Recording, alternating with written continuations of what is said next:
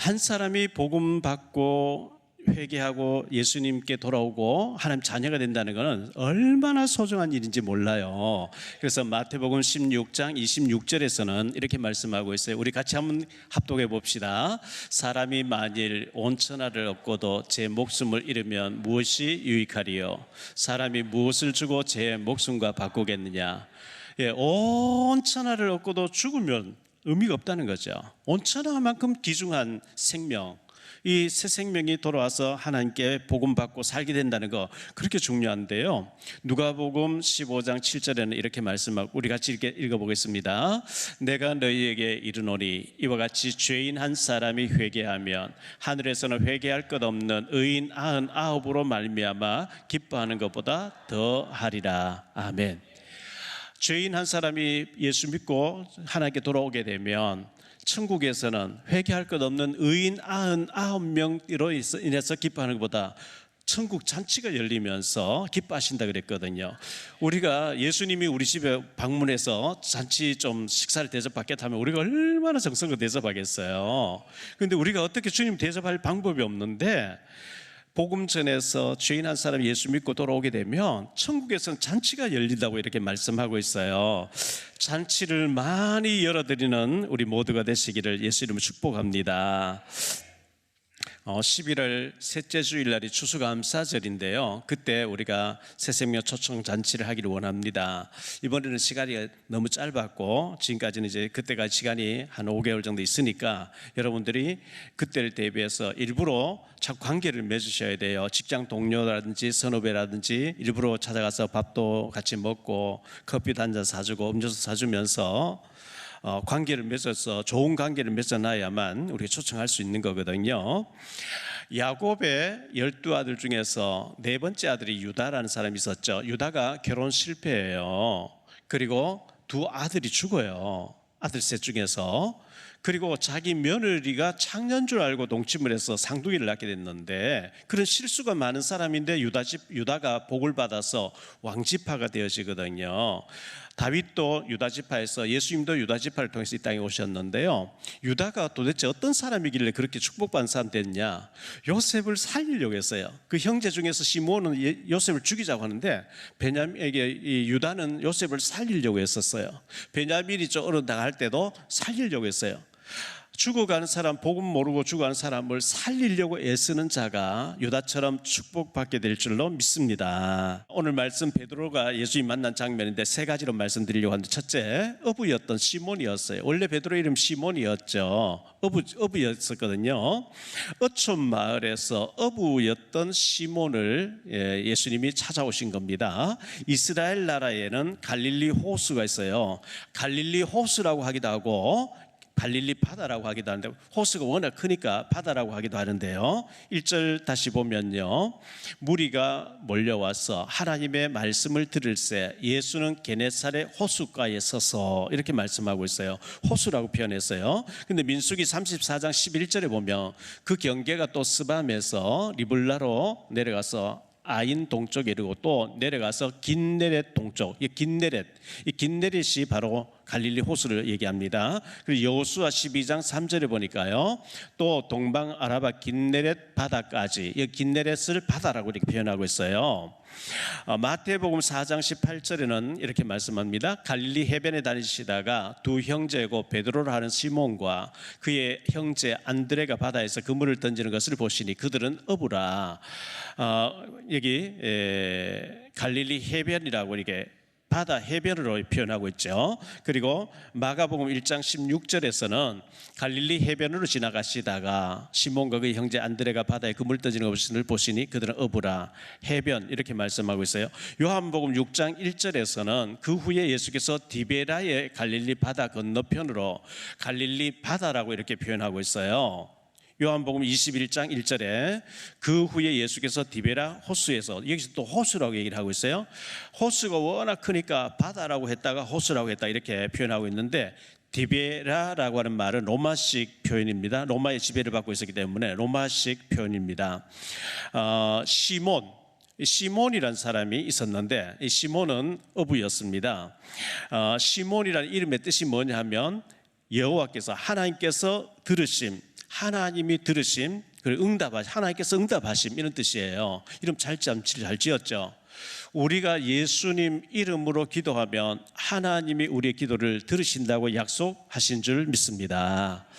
여러분, 우리가 대통령하고 통화해도 신날 거예요.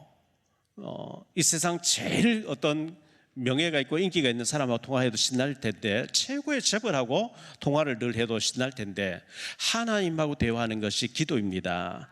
예수님 이름으로 기도하면 하나님 그걸 받으신대요. 계시록 8장 3절로 5절에 보면 천사가 금 항아리에 우리 기도를 담아서 하나님 앞으로 가지고 올라가고, 하나님이 결제가 떨어지면 천사를 통해서 그걸 이루신다. 시편 103편 21절 22절에 그래 말씀하고 있는데, 하나님이 우리의 기도를 받으시고 들으신다고 했기 때문에 하나님과 소통하는 저와 여러분 되시기를 바랍니다. 그리고 시몬을 예수님께서는 베드로라고 이름 바꿔주셨어요. 베드로. 언제 바꿔주셨냐? 마태복음 16장 13절로 19절에서 바꿔주셨는데요. 우리 같이 읽어보겠습니다. 예수께서 빌립보 가이사라 지방에 이르러 제자들에게 물어 이르시되 사람들이 인자를 누구라 하느냐? 이르되 더러는 세례 요한, 더러는 엘리야, 어떤 이는 예레미야나 선자 중에 하나라 하나이다. 이르시되 너희는 나를 누구라 하느냐? 시몬 베드로가 대답하여 이르되 주는 그리스도시요 살아계신 하나님의 아들이시니이다. 예수께서 대답하여 이르시되 바요나 시몬아, 내가 복이 있도다. 이를 내게 알게 한 이는 혈육이 아니요 하늘에 계신 내 아버지시니라. 또 내가 내게 이르노니 너는 베드로라. 내가 이 반석 위에 내 교회를 세우리니 음부의 권세가 이기지 못하리라. 내가 천국 열쇠를 네게 주리니 네가 땅에서 무엇이든지 매면 하늘에서도 매일 것이요 내가 땅에서 무엇이든지 풀면 하늘에서도 풀리리라 하시고, 사람들이 예수님을 세례 요한이다, 엘리야다, 예레미야다, 선자 중에 하나다 하는데, 시몬 베드로는 정확하게 주는 그리스도시요 살아계신 하나님의 아들이십니다. 원어에 보면 예수님은 곧 그리스도십니다 이렇게 돼 있어요. 예수라고 하는 이름은 하나님이 보내신 구원자란 뜻이에요. 그리스도는 기름 부음을 받은 자 이런 뜻인데, 기름 부음을 누구에게 줬냐? 구약 시대에 선지자가 침식할 때 머리에 기름을 부었고, 제사장이 침식할 때 머리에 기름을 부었고, 왕이 침식할 때 머리에 기름을 부었는데, 선지자가 농사 짓다가 기름 부음 받고 나면요, 하나님의 음성이 막 들려와요. 에레미야야 받아 적어라, 이사야 받아 적어라, 다니엘아 받아 적어라. 받아 적은 것을 백성들이 알려라. 에레미야가 얘기하고 이사야가 얘기하고 에스겔이 얘기하고 막 얘기하는 거예요. 하나님이 내게 말씀하셨는데 너희들 하나님 섬겨야 되는데 우상 숭배하고 강대국 의지하면 포로로 끌려가고 망한다 해서 빨리 하나님께 돌아와라. 회개하고 돌아와라. 하나님 떠나 있는 사람에게 하나님께 돌아오라고 외치는 자를 선지자라고 하는데, 예수님은 내가 곧 길이요 진리요 생명이니 나로 말미암지 않고는 아버지께로 올 자 없다. 참 선지자가 되시는 줄 믿습니다. 누구든지 예수님 이름 부르면 믿으며 구원받아요. 참 선지자 되는 거죠. 그리고 죄 지은 것 때문에 저주를 받고 멸망받아야 되는데, 구약의 제사장은 양을 잡아서 그 사람 죄 문제를 해결해 주면서 네가 죄를 짓고 네가 저주받아야 되는데 네가 죽을 수 없으니 이 대신 양에게 이 죄가 넘어가게 해달라. 죄 지은 사람 양머리 손을 그 제사장 손하고 기도해 줍니다. 이 양이 죽습니다. 박용배가 죄를 지었는데 박용배를 대신해서 이 양이 죽습니다. 하나님 이 양을 받으시고 이 사람 죄를 용서해 주세요. 이 양을 죽여서 태워서 없앤다는 것은 이 양처럼 우리 죄를 위해서 죽어주러 오실 메시아 그리스도가 오실 줄 믿습니다 하고 그 양을 드리면 하나님 받으시고 그 사람 죄를 없애줬는데요, 그 죄 문제를 해결해 주는 제사장 침식할 때 머리에 기름을 부었거든요. 예수님은 십자가에서 우리 죄를 해결하신 참 제사장인 줄 믿습니다. 그리고 왕이 취임식할 때 머리에 기름 부음 받았어요. 왕이 취임하고 나면요, 백성을 다스리고 통치하는 자인데, 요한일서 3장 8절에 하나님의 아들 예수님 오신 것은 마귀의 일을 꺾어버리기 위해서 오셨다. 예수님이 나의 왕이 될 때 사탄 마귀 눈에 보이지 않는 악한 영이 도망가는 줄 믿습니다. 그래서 베드로가 예수님은 곧 그리스도십니다. 참 선지자 되시고 참 제사장 되시고 참 왕이 되십니다. 이 고백을 하니까 예수님께서 너무 기뻐하시면서 바요나 시모나, 요나의 아들 시모나, 네가 복이 있구나. 이를 네게 알게 하니 혈육이 아니냐, 세상 지식이 아니냐, 하나님께서 네게 알게 하셨구나. 이렇게 칭찬하시면서 너는 베드로라. 여러분, 모래나 자갈은 흔들리는데요, 바위 덩어리는 흔들리지 않아요. 예수님이 그리스도 되시고 그리스도로 고백하고 구원받은 사람들은 흔들림이 없을 줄 믿습니다. 예수님 만난 사람, 구원받은 사람이 전 보러 간다, 그 가짜예요. 귀신하고 예수님하고 같은 분이 아니거든요. 같은 분이 아니거든요. 교회 다니는 사람 30% 전보러 다니는데요, 그 가짜예요.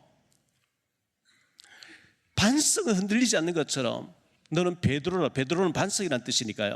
이 그리스도 고백하는 그 믿음 위에 내가 내 교회를 내가 세우겠다, 이렇게 말씀하신 거예요. 우리 구원받은 우리를 통해서 또 다른 사람을 구원받게 하시겠다고 말씀하는 거거든요. 여러분 만난 예수님을 다른 사람 전달해서 다른 사람 또 구원받는 역사가 있게 되기를 바랍니다. 두 번째로 생각할 말씀은요, 사람을 낚는 업으로 베드로를 축복해 주셨는데요, 찾아오신 예수님이잖아요. 예수님이 베드로를 찾아오셨는데 베드로는 밤새 고기를 잡았는데 한 마리도 잡지 못했어요. 베드로의 집에는 장모님이 계시는데, 결혼해서 장모님 계신, 병들어서 죽어가고 있어요. 돈을 많이 벌어와야 약도 좀 사드리고 할 수 있는데 밤새도록 그물 내리고 거두고 그물 내리고 고기를 잡았는데 한 마리도 안 잡히는 거예요. 제가 낚시하는 걸 억수로 좋아하거든요. 가끔 가다가 통영까지 가서 5시간 걸려요. 새벽기도 마치고 통영까지 달려가서 배 타고 이제 오후 한 2시 반쯤 되면 배가 나가요. 오후 한 5시, 6시쯤 되면 바다 일본하고 경계선에 도착해요. 이제 불을 하나 켜놓고 낚시를 하는데요, 어떤 날은 한 마리도 안 잡히는 거예요. 돈 20만 원 냈지요. 5시간 갔지요. 밤새도록 하는데 안 잡혀요. 한 2-3번 못 잡은 데 있어요. 한 마리도 못 잡으면요 힘이 빠져요. 새벽 4시까지 하는데 막 3시쯤 되면 그냥 철수해버리고 너무 피곤해가지고요. 근데 잘 잡힌 날 있어요. 쿨러에 한 박스를 잡을 정도로 잘 잡히면 피곤한 줄도 모르고 얼마나 신나는지 몰라요. 근데 베드로가 한 마리도 못 잡은 거예요. 얼마나 힘이 빠졌겠어요. 베드로가 고기 잘 잡히면 예수님 말씀 어쩌면 순종 안 할 수도 있어요. 한 마리 못 잡았기 때문에 그게 잘 된 것이었고요. 자, 예수님께서 무리를 데리고 오셨는데 해변가에 무리를 앉혀놓고 베드로가 지금 그물을 정리하고 있는데, 자네 배를 내가 좀 이용하자 하고 배에 앉아서 성경을 내가 말씀 전하는데 베드로가 그물 정리하면서 옆에서 다 들었겠죠. 예수님이 무슨 말씀을 얼마 동안 전했는지 기록이 없어요. 학자들은 아마 산상보훈, 마태복음 5장, 7장에 나오는 그런 내용을 전했을 것이다. 아마 1시간에서 한 2-3시간 정도 전했을 것이다, 이 추측을 해요. 베드로 옆에서 다 들었어요. 근데 예수님께서 깊은 데로 가서 그물을 내려서 고기를 잡아라, 이렇게 말씀하셔요, 베드로에게. 그래서 깊은 데로 가서 그물을 내려 고기를 잡아라. 4절로 7절을 우리 같이 합독하겠습니다. 말씀을 마치시고 시몬에게 이르시되 깊은 데로 가서 그물을 내려 고기를 잡으라. 시몬이 대답하여 이르되 선생님, 우리들이 밤이 새도록 수고하였으되 잡은 것이 없지만은 말씀에 의지하여 내가 그물을 내리리이다 하고, 그렇게 하니 고기를 잡은 것이 심이 많아 그물이 찢어지는지라. 이에 다른 배에 있는 동무들에게 손짓하여 와서 도와달라 하니 그들이 와서 2배의 채움에 잠기게 되었더라. 학자들의 말에 의하면요, 고기는 깊은 데서는 고기가 없대요. 좀 육지하고 좀 깊지 않은데 얕은 물에 고기가 많이 있대요. 그리고 밤에 잘 잡힌대요. 낮에는 안 잡힌대요. 자, 예수님 말씀이 깊은 데로 가라, 장소적으로 틀렸어요. 그리고 시각적으로도 틀려요. 밤에 잡히는데 베드로가 오래 업으로서 잔뼈 굵은 사람인데, 어릴 때부터 뱃사람으로 고기 잡는 업으로 지냈는데 자기의 어떤 경험으로 봐서 전혀 자기 경험하고 안 맞는 얘기를 하신 거예요. 시각적으로도 안 맞고 장수적으로도 안 맞아요. 선생님 목수 출신이었다면서요. 집은 목수 선생님 잘 지을지 모르지만 고기 잡는 건 내가 전문가 아닙니까? 에이, 선생님 말씀 나 안 따를래, 이래 할 수 있는데 베드로는 그렇게 안 했어요. 시몬 베드로가 이랬어요. 선생님, 우리들이 밤이 새도록 수고하였으되 잡은 것이 없지만은 말씀에 의지하여 그물을 내리리이다 하고 말씀에 순종했더니 내리자마자 그물을 주체할 수 없는 거예요. 얼마나 고기 많이 잡혔는지. 그래서 동무 친구 보고 오라, 야고보하고 요한 나와서 안드레하고 4명이 2배 가득 채우고 남게 됐거든요. 말씀에 순종할 때 기적이 일어나는 줄 믿습니다. 그때 베드로가 어떻게 합니까? 예수님 발제 앞에 엎드려서 주여 나를 떠나소서 나는 죄인이로소이다 이렇게 고백했어요. 너무 큰 역사를 봐버리니까 베드로는 놀라가지고 8절 말씀 보겠습니다. 같이 읽습니다. 시몬 베드로가 이를 보고 예수의 무릎 아래에 엎드려 이르되 주여 나를 떠나소서 나는 죄인이로소이다 하니 그랬어요. 너무 주님의 그 말씀 들은 말씀과 지금 명령한 것이 너무 놀라서 저는 죄인입니다. 저는 감당하지 못합니다. 나를 떠나십시오. 이렇게 했는데요. 예수님은 의인을 부르러 온 게 아니고 죄인을 부르러 왔다 그랬거든요. 마태복음 9장 12절로 13절인데요. 우리 같이 읽겠습니다. 예수께서 들으시고 이르시되 건강한 자에게는 의사가 쓸데없고 병든 자에게라야 쓸데있느니라. 너희는 가서 내가 긍휼을 원하고 제사를 원하지 아니하노라 하신 뜻이 무엇인지 배우라. 나는 의인을 부르러 온 것이 아니요 죄인을 부르러 왔노라 하시니라. 예수님 만나고 나면 내 죄가 얼마나 죄가 많은지 죄인 된 사람은 엎드릴 수밖에 없거든요. 베드로가 엎드렸어요. 그런데 예수님께서는 네가 이제부터 사람을 낳게 하겠다 이렇게 말씀했는데요. 세 번째로 생각할 말씀, 내가 사람을 취하리라. 사도로 부름받게 되는 역사적인 사건이 기록되어 있습니다. 사람을 낳는 어부가 된 베드로인데요. 10절 말씀 우리 같이 읽어보겠습니다. 세베대의 아들로서 시몬의 동역자인 야고보와 요한도 놀랐습니다. 예수께서 시몬에게 이르시되 무서워하지 말라. 이제 후로는 내가 사람을 취하리라 하시니, 똑같은 말씀을 마태는 어떻게 기록하고 있는지 보겠습니다. 마태복음 4장 18절로 20절 우리 합독하겠습니다. 갈릴리 해변에 다니시다가 두 형제고 베드로라 하는 시몬과 그의 형제 안드레가 바다에 그물 던지는 것을 보시니 그들은 어부라. 말씀하시되 나를 따라오라. 내가 너희를 사람을 낚는 어부가 되게 하리라 하시니 그들이 곧 그물을 버려두고 예수를 따르니라. 모든 것을 버리고 예수님 따라갔다 이렇게 말씀하고 있어요. 사도로 존귀하게 쓰임받은 베드로예요. 베드로는 그날 이후로 사도로 제자로 존귀하게 쓰임받게 됐거든요. 예수님에게 12제자가 있었어요. 물론 가룟 유다는 제갓길로 갔어요. 그 세무서 세리로 있던 마태도 예수님 따르게 됐고, 갈릴리 사람 어촌 마을의 촌 사람들인데 예수님 따라다니면서 얼마나 사도로 귀하게 쓰임받은지 모르죠. 마태복음 8장 14절로 15절에 우리 같이 읽겠습니다. 예수께서 베드로의 집에 들어가사 그의 장모가 열병으로 앓아 누운 것을 보시고 그의 손을 만지시니 열병이 떠나가고 여인이 일어나서 예수께 수종들더라. 베드로의 장모가 병이 들어서 죽어가고 있는데 예수님 베드로 집에 가서서 그 장모 손을 잡고 이렇게 만지니까 병이 떠나가고 즉시 나아가지고 예수님께 수종드는 사람 바뀌어졌다. 이렇게 주님이 치유해 주신 것을 말씀해 주고 있어요. 모든 것을 버려두고 이 베드로가 예수님을 따르게 됐는데요. 모든 것을 버려두고 예수님, 정말 우리가 모든 것을 예수님께 걸 만큼 중요한 것이 복음이거든요. 11절 말씀 보겠습니다. 우리 같이 합독합니다.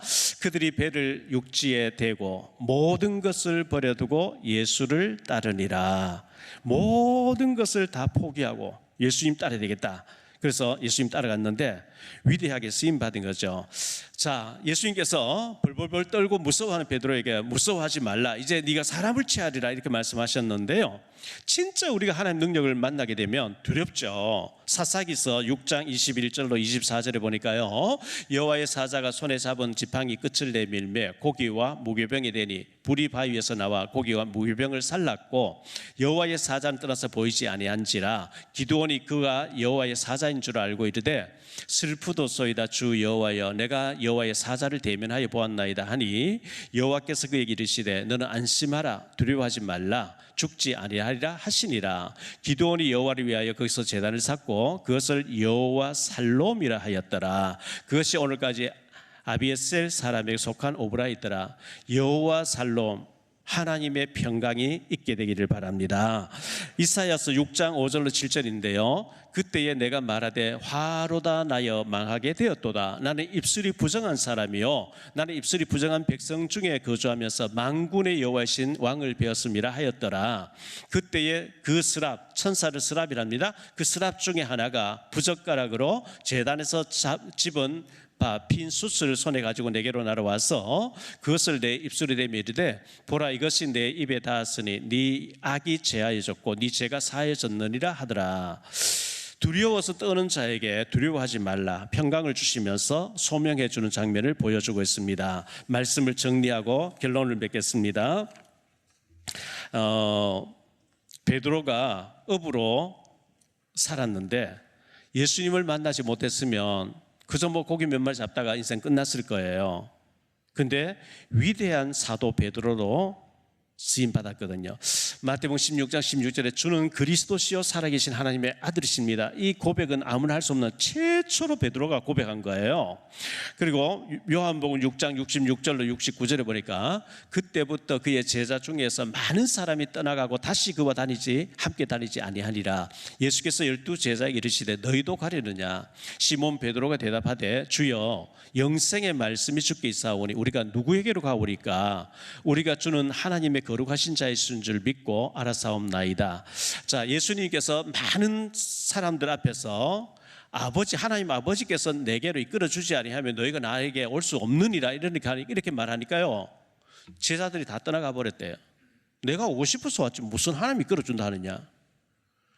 근데 그때 예수님께서 너희도 가렸냐. 시몬 베드로가 영생의 말씀이 주께 있는데 우리가 주를 떠나서 어디로 누구에게 가겠습니까? 갈 데 없습니다. 이렇게 나온 거거든요. 참 위대한 고백을 한 거죠. 사도행전 4장 12절에 박해가 있을 때 우리 같이 읽어보겠습니다. 다른 이로서는 구원을 받을 수 없나니 천하 사람 중에 구원을 받을 만한 다른 이름을 우리에게 주신 일이 없음이라 하였더라. 베드로가요 확실한 믿음 고백했어요. 다른 이름으로는 구원 없어요. 믿습니까? 예수 그리스도 외에는 구원이 없어요.